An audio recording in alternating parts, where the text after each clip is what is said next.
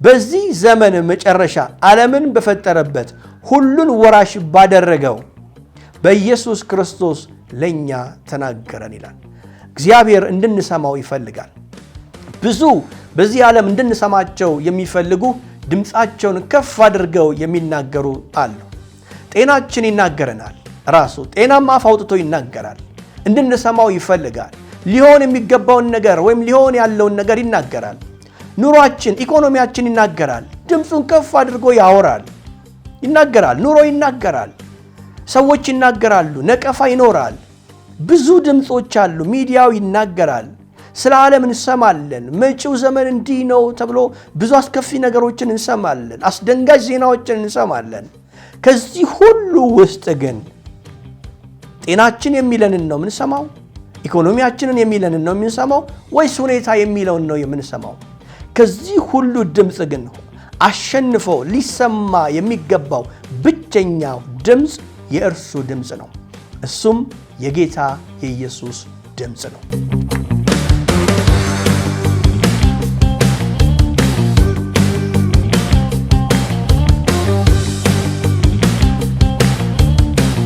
በናዝሬቱ በጌታ በኢየሱስ ክርስቶስ ስም ሰላም እላችኋለሁ።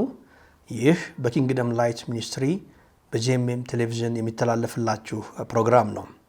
እንግዲህ ዛሬ ደግሞ እርሱን ስሙት በሚል ርዕስ የእግዚአብሔርን ቃል አካፍላችኋለሁ። እግዚአብሔርን ቃል ከማየታችን በፊት እግዚአብሔር ደግሞ በቃሉ እንዲናገረን እንዲያስተምረን እስኪ ደግሞ አብረን እንጸልይ። አምላካችንና አባታችን እግዚአብሔር ሆይ እጅግ አድርገን እናመሰግንሃለን። አቤቱ አምላካችን ሆይ አንተ ረዳታችን፣ ጠባቂያችን፣ ከክፉ ሁሉ የምታድነን ነህና እናመሰግንሃለን። ጌታ ሆይ አምላክና አባት ስለሆንከን ተመስገን። ረዳት ደጋፊም ስለሆንከን እናመሰግንሃለን። በነገር ሁሉ የምታግዘን፣ እጆቻችንን ይዘህ የምትመራን አቤቱ አምላካችን ሆይ በምትወደው ልጅህ በናዝሬቱ በጌታ በኢየሱስ ስም እጅግ አድርጌ አመሰግንሃለሁ። ደግሞ እግዚአብሔር ሆይ ቃልህን እንድንማር ይህንን ዕድል ስለሰጠን ተመስገን። ይህንን ቃል ደግሞ የሚሰሙ ወገኖች ቅዱሳን ከሚሰሙት ጋር እግዚአብሔር ሆይ በእምነት ከነሱ ጋር እንዲዋሃድ እንዲጠቅማቸው ለሕይወት ዘመናቸው እግዚአብሔር ሆይ የሚጠቅም እንዲሆን በክርስቶስ ኢየሱስ ስም እጸልያለሁ። ስለሰማን ተመስገን። ስለምታስተምረን ደግሞ እግዚአብሔር ያመሰግንሃለሁ። በምትወደው ልጅህ በናዝሬቱ በጌታ በኢየሱስ ስም አሜን። እንግዲህ የዛሬ ርዕሳችን እርሱን ስሙት የሚል ነው። በዚህ ምድር እንድንሰማው የሚፈልግ ብዙ ኃይል አለ፣ ወይም ብዙ ሰዎች አሉ። የምንሰማቸው ብዙ ድምጾች አሉ። ደስ የሚሉ፣ ደስ የማይሉ፣ የሚተቹን፣ የሚመክሩን፣ የሚነቅፉን፣ ልባችንን ከፍ የሚያደርጉ፣ ልባችንን ዝቅ የሚያደርጉ ብዙ ድምጾች አሉ። በዚህ ምድር ያለ ረፍት ድምጽ ይወጣል። ሰዎች ይናገራሉ። 24 ሰዓት ሁሉ ድምጽ የሚሰማበት ምድር ነው። ቴሌቪዥኑ ይናገራል፣ ሶሻል ሚዲያው ይናገራል፣ ዜናው ይሰማል። ብዙ ድምጾች አሉ። ከነዚህ ሁሉ ድምጾች የትኛውን ድምጽ ነው መስማት ያለብን? ማንን እንስማ? አንዱ ከአንደኛው ይበልጥ ለመሰማት ድምፁን ከፍ አድርጎ ይናገራል። የተለያየ ቴክኒኮችን ይጠቀማል። እኔ ስሙኝ፣ እኔ ይሻላለሁ ብሎ ይናገራል። የትኛውን ነው መስማት ያለብን? ማንን እንስማ? በሕይወታችን የምንጠቀመው ማንን ብንሰማ ነው የሚል ሐሳብ ነው የማካፍላቸው። ስለዚህ ርዕሴ እርሱን ስሙት የሚል ነው። መጽሐፍ ቅዱስ በማርቆስ ወንጌል ምዕራፍ 4 ቁጥር 24 ላይ እንዲህ ይላል፣ ከምትሰሙት ተጠበቁ፣ የምትሰሙትን ምረጡ። ምክንያቱም እምነት ከመስማት ነው፣ መስማትም በእግዚአብሔር ቃል ነው ይላል እግዚአብሔር ቃል ሲናገር። ስለዚህ ወደ ልባችን የሚመጣው በልባችን ላይ የሚዘራው ድምፅ እምነት የሚሆነን ነው ወይስ እምነታችንን የሚሸረሽር ነው? ደስታችንን የሚነጥቀን ነው ወይስ ደስተኞች የሚያደርገን ነው? በሕይወታችን ወደ ከፍታ እንድንወጣ የሚያደርገን ነው ወይስ ደግሞ እንድንወርድ የሚያደርገን ነው? ድምፅ በጣም ወሳኝ ነው። የምንሰማው ነገር ለሕይወታችን እጅግ በጣም አስፈላጊ ነው። ለዚህ ነው ከምትሰሙት ተጠበቁ። ከምትሰሙት ተጠበቁ የሚለውን ሐሳብ ከምታዩትም ተጠበቁ ማለት ይቻላል። ለምሳሌ በፊልሞች የምናያቸው፣ በቴሌቪዥን በሶሻል ሚዲያዎች የምናያቸው ነገሮች መርጠን ማየት እንዳለብን። ምክንያቱም ወደ ነፍሳችን የምናስገባው ዕውቀት ወይ ጎጂ ነው ወይ ጠቃሚ ነው። ስለዚህ መርዝ የሆነ ነገር ወደ ልባችን እንዳናስገባ፣ የማይጠቅም የሚጎዳን ነገር ወደ ነፍሳችን እንዳናስገባ እንድንጠነቀቅ የእግዚአብሔር ቃል ይናገራል።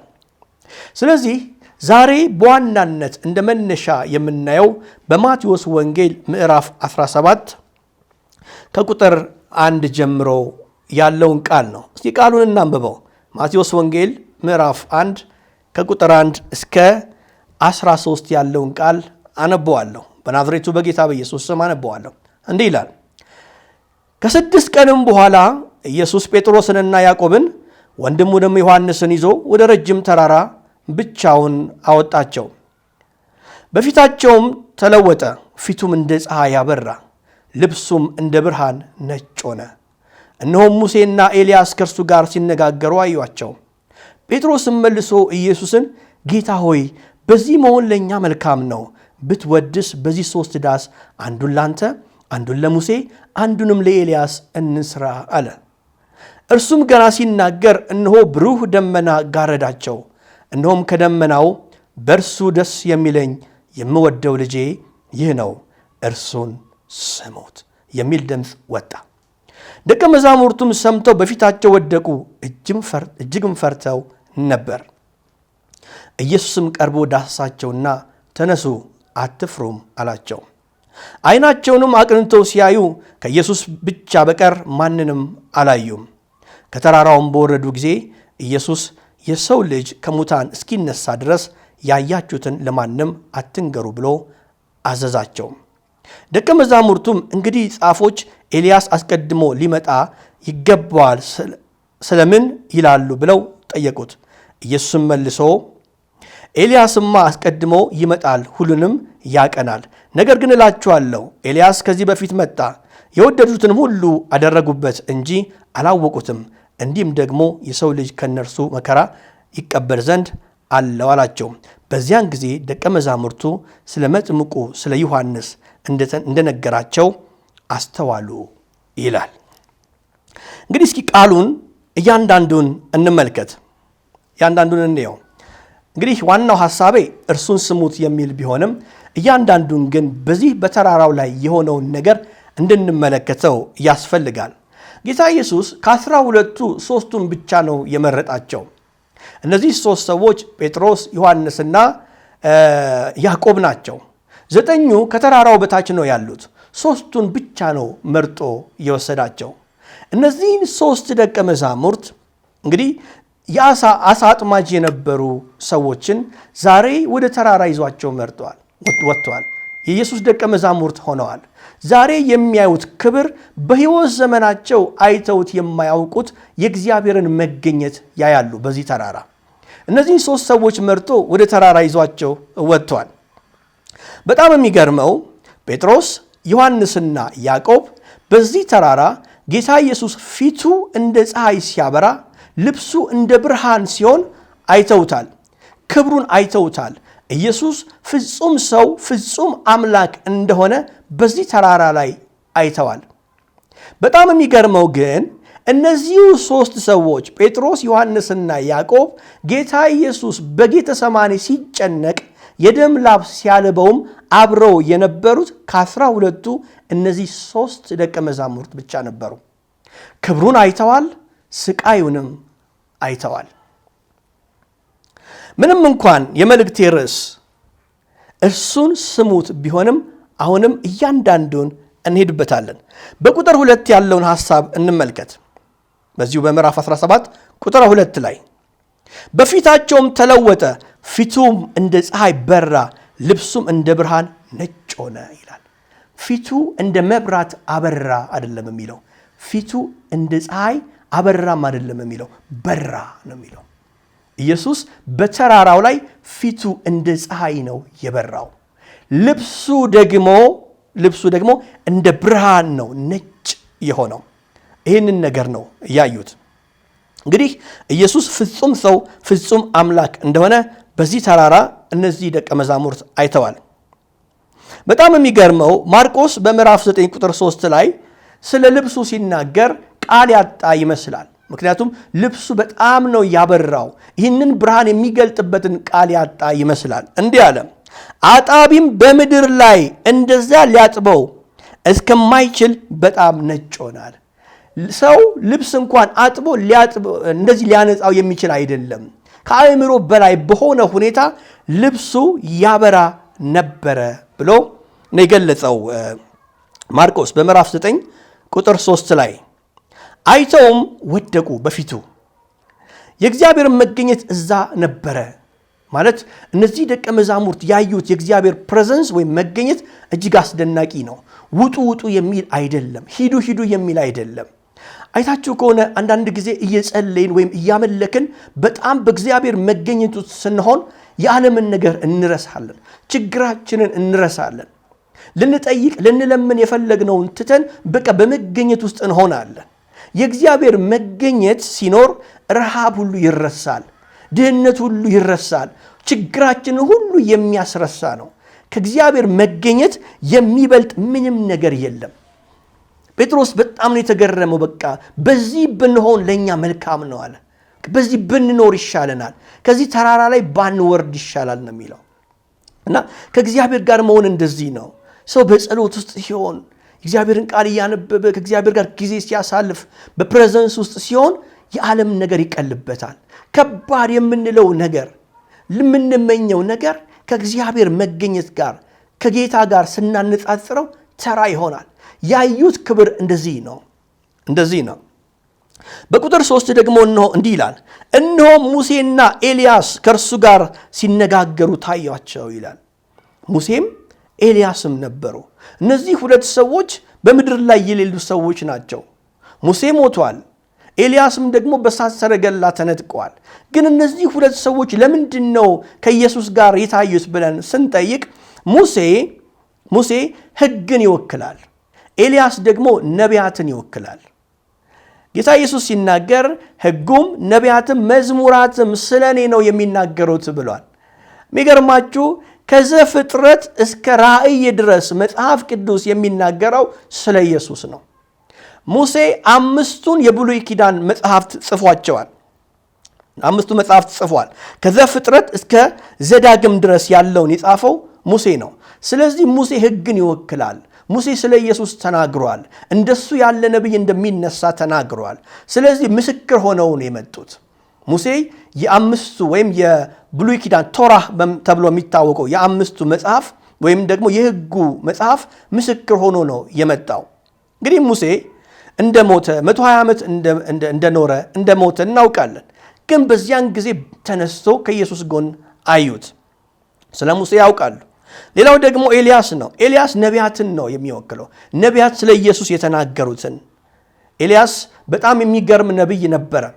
የበዓል ነቢያትን ያሳረደ፣ በእሳት ሰረገላ ተነጥቆ የሄደ ሰው ነው። እጅግ ማይቲ የሆነ አስገራሚ የሆነ ነቢይ ነው።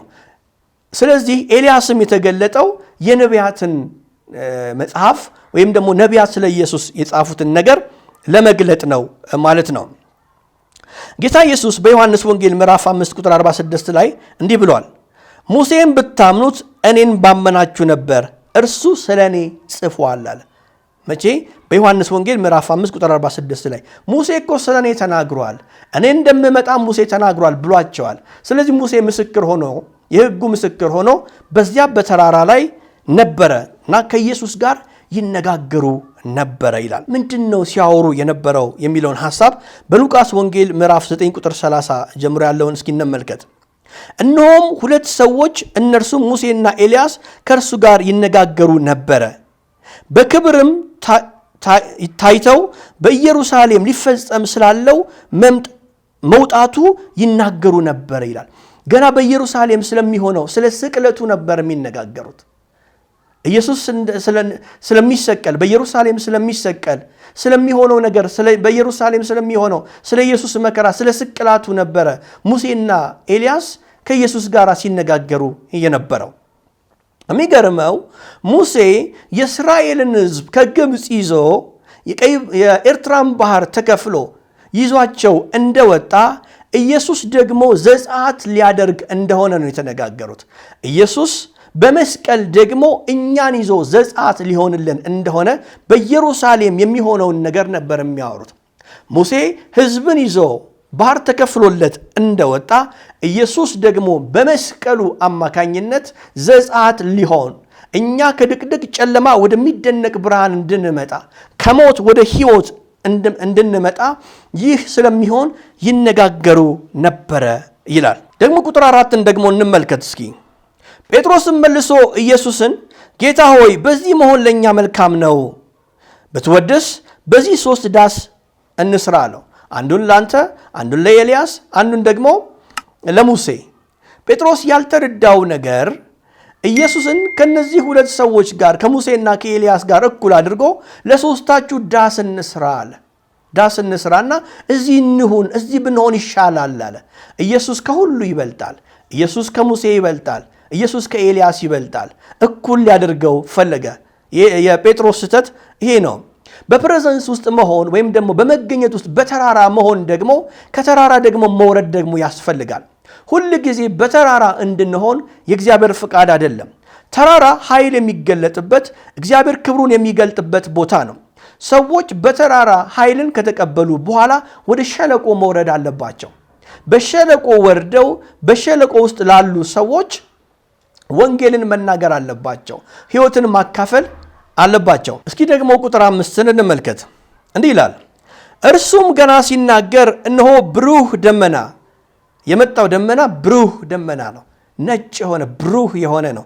ጥቁር ደመና አይደለም። የእግዚአብሔር ክብር ነው የመጣው። ብሩህ ደመና ጋረዳቸው። እነሆም ከደመናው በእርሱ ደስ የሚለኝ የምወደው ልጄ ይህ ነው፣ እርሱን ስሙት የሚል ድምፅ መጣ። ምን የሚል? በእርሱ ደስ የሚለኝ የምወደው ልጄ ይህ ነው። ማን? ኢየሱስ። ምን በሉት? እርሱን ስሙት። አዎ ሙሴም አለ ኤልያስም አለ። ግን ማንን ስሙ? እርሱን ስሙት። አሁን በዘመነ መጨረሻ እግዚአብሔር የተናገረን በልጁ በኢየሱስ ክርስቶስ ነው። ብዙ ድምፆች አሉ። ልንሰማው የሚገባው እርሱን ነው። እርሱም ጌታ ኢየሱስ ነው። የእግዚአብሔር ቃል በዕብራውያን ምዕራፍ 1 ቁጥር 2 ላይ እንዲህ ይላል፣ ሁሉን ወራሽ ባደረገው ደግሞም ዓለማትን በፈጠረበት በልጁ በዚህ ዘመን መጨረሻ ለእኛ ተናገረ ይላል። በዚህ ዘመን መጨረሻ ዓለምን በፈጠረበት ሁሉን ወራሽ ባደረገው በኢየሱስ ክርስቶስ ለእኛ ተናገረን ይላል። እግዚአብሔር እንድንሰማው ይፈልጋል። ብዙ በዚህ ዓለም እንድንሰማቸው የሚፈልጉ ድምፃቸውን ከፍ አድርገው የሚናገሩ አሉ። ጤናችን ይናገረናል። ራሱ ጤናማ አፍ አውጥቶ ይናገራል። እንድንሰማው ይፈልጋል። ሊሆን የሚገባውን ነገር ወይም ሊሆን ያለውን ነገር ይናገራል። ኑሯችን፣ ኢኮኖሚያችን ይናገራል። ድምፁን ከፍ አድርጎ ያወራል፣ ይናገራል። ኑሮ ይናገራል። ሰዎች ይናገራሉ። ነቀፋ ይኖራል። ብዙ ድምፆች አሉ። ሚዲያው ይናገራል። ስለ ዓለም እንሰማለን። መጪው ዘመን እንዲህ ነው ተብሎ ብዙ አስከፊ ነገሮችን እንሰማለን። አስደንጋጭ ዜናዎችን እንሰማለን። ከዚህ ሁሉ ውስጥ ግን ጤናችን የሚለንን ነው የምንሰማው? ኢኮኖሚያችንን የሚለንን ነው የምንሰማው? ወይስ ሁኔታ የሚለውን ነው የምንሰማው? ከዚህ ሁሉ ድምፅ ግን አሸንፎ ሊሰማ የሚገባው ብቸኛው ድምፅ የእርሱ ድምፅ ነው። እሱም የጌታ የኢየሱስ ድምፅ ነው። ስለዚህ በልባችን የሚዘሩትን እያንዳንዳቸውን ክፉ ድምፆች አስወግደን ከምትሰሙት ተጠበቁ እንደሚል ከምንሰማው ልንጠበቅ ይገባል። እስቲ ከእግዚአብሔር ቃል አንድ ስፍራ እንመልከት። በነገሥት ምዕራፍ 19 ከቁጥር 10 እስከ 13 ያለውን ቃል እንዲህ ይላል። እንግዲህ ዋናው ሐሳቤ እርሱን ስሙት የሚል ነው። እንዲህ ይላል፣ እርሱም ለሰራዊት አምላክ ለእግዚአብሔር እጅግ ቀንቻለሁ፣ የእስራኤልም ልጆች ቃል ኪዳንን ትተዋልና መሠዊያቸውንም አፍርሰዋልና ነቢያትንም በሰይፍ ገለዋል። እኔም ብቻዬን ቀርቻለሁ፣ ነፍሴንም ሊወስዱ ይሻሉ አለ። እርሱም ውጣ፣ በተራራም ላይ በእግዚአብሔር ፊት ቁም አለ። እነሆም እግዚአብሔር አለፈ። በእግዚአብሔርም ፊት ትልቅ ብርቱ ነፋስ ተራሮችን ሰነጠቀ፣ ዓለቶቹንም ሰባበረ። እግዚአብሔር ግን በነፋስ ውስጥ አልነበረም። ሁለተኛ፣ ከነፋሱም በኋላ የምድር መናወጥ ሆነ። እግዚአብሔር በምድር መናወጥ ውስጥም አልነበረም። ሶስተኛ ከምድር መናወጥ በኋላ እሳት ሆነ። እግዚአብሔር ግን በእሳት ውስጥም አልነበረም። እንግዲህ ምንድነው የሆነው? ብርቱ ነፋስ፣ የምድር መናወጥ፣ እሳት ሆነ። በዚህ ሁሉ ውስጥ እግዚአብሔር አልነበረም። በመጨረሻ ግን ከእሳቱም በኋላ ትንሽ የዝምታ ድምፅ ሆነ። ኤልያስም ያን በሰማ ጊዜ ፊቱን በመጎናጸፊያው ሸፈነ፣ ወጥቶም በዋሻው ደጃፍ ቆመ። እነሆም ኤልያስ ሆይ በዚህ ምን ታደርጋለህ? የሚል ድምፅ ወደ እርሱ መጣ። በእነዚህ በሦስት ነገሮች ውስጥ የእግዚአብሔር ድምፅ አልነበረም። በዝምታ ውስጥ ግን ድምፅ መጣ።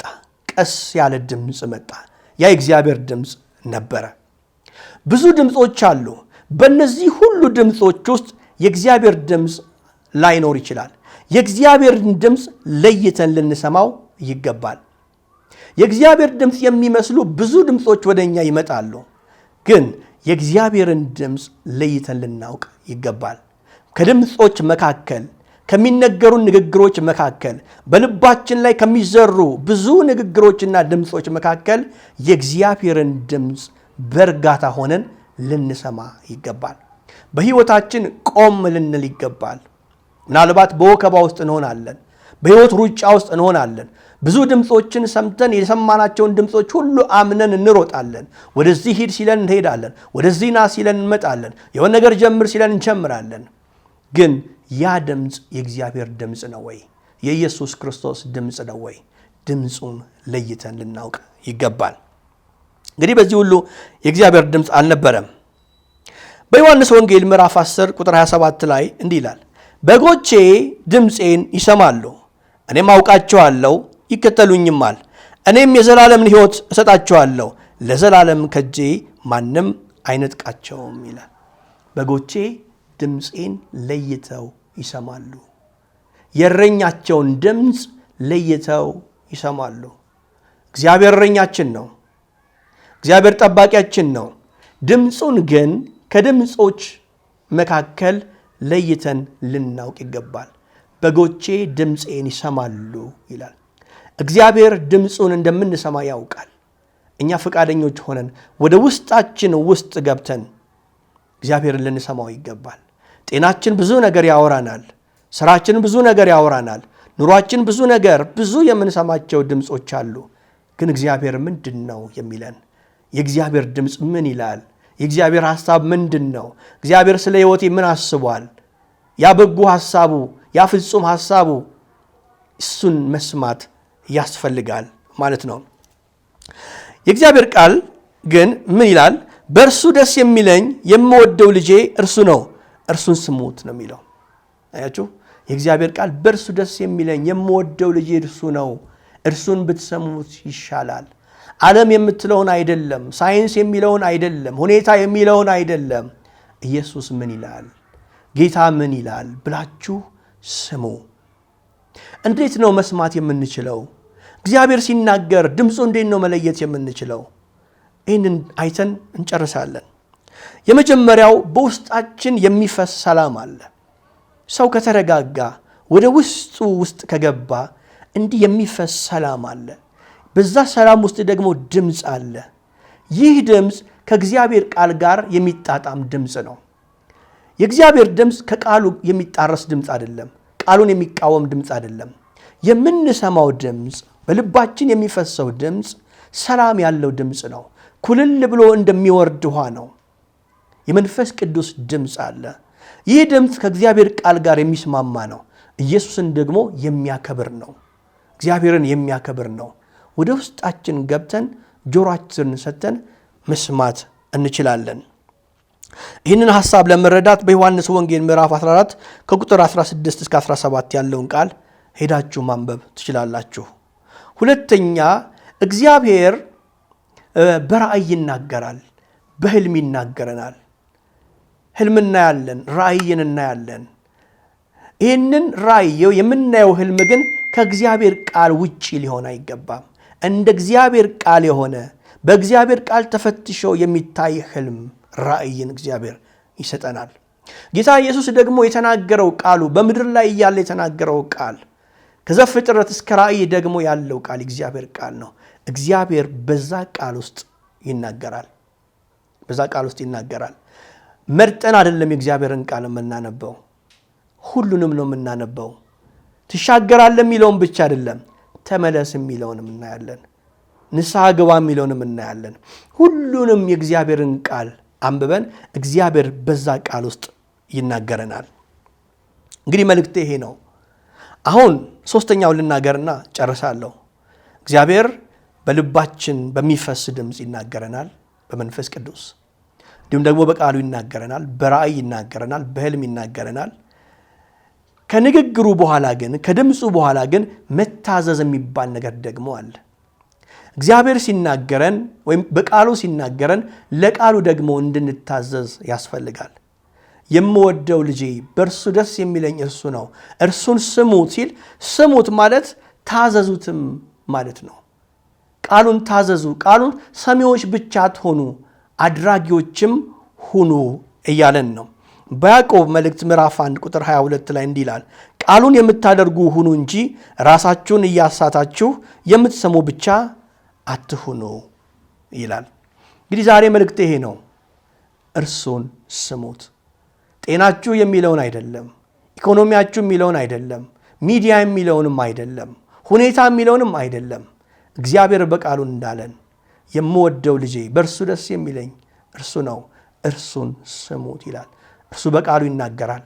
እሱ በልባችን ይናገራል፣ በህልምም ይናገረናል፣ በራእይ ይናገረናል።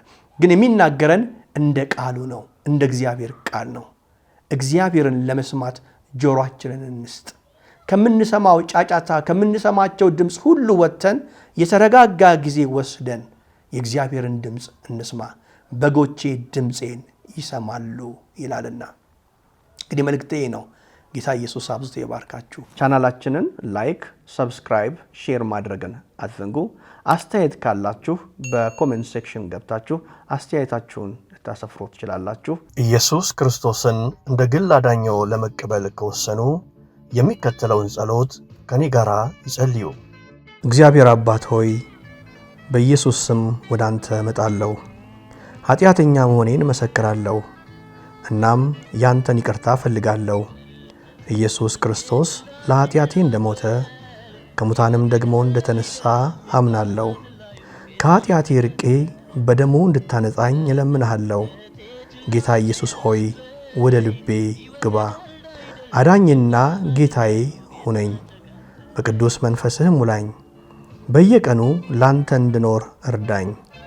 ስላዳንከኝ አመሰግንሃለሁ። በኢየሱስ ክርስቶስ ስም አሜን።